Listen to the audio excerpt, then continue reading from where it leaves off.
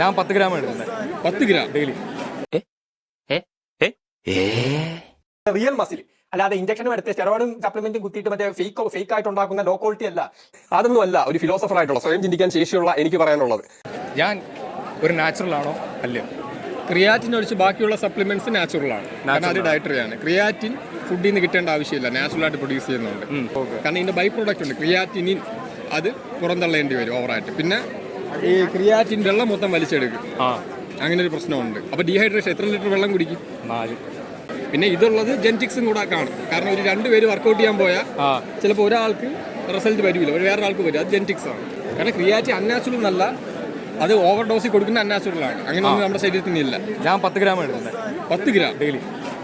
അല്ല, അതാണ് പറഞ്ഞത് ഫേക്ക് ആണെന്ന്. നമ്മുടെ യഥാർത്ഥ കാര്യത്തിൽ ഒന്നും ഉപയോഗിക്കാതെ നമ്മുടെ നാച്ചുറൽ ജെനറ്റിക് സ്ട്രെങ്ത് കൊണ്ട് ചെയ്യാം. ഇത് ക്രിയാറ്റിന്റെ സ്ട്രെങ്ത് അല്ല, അതാണ് ഞാൻ പറഞ്ഞത്. Okay, thank you so much. Welcome.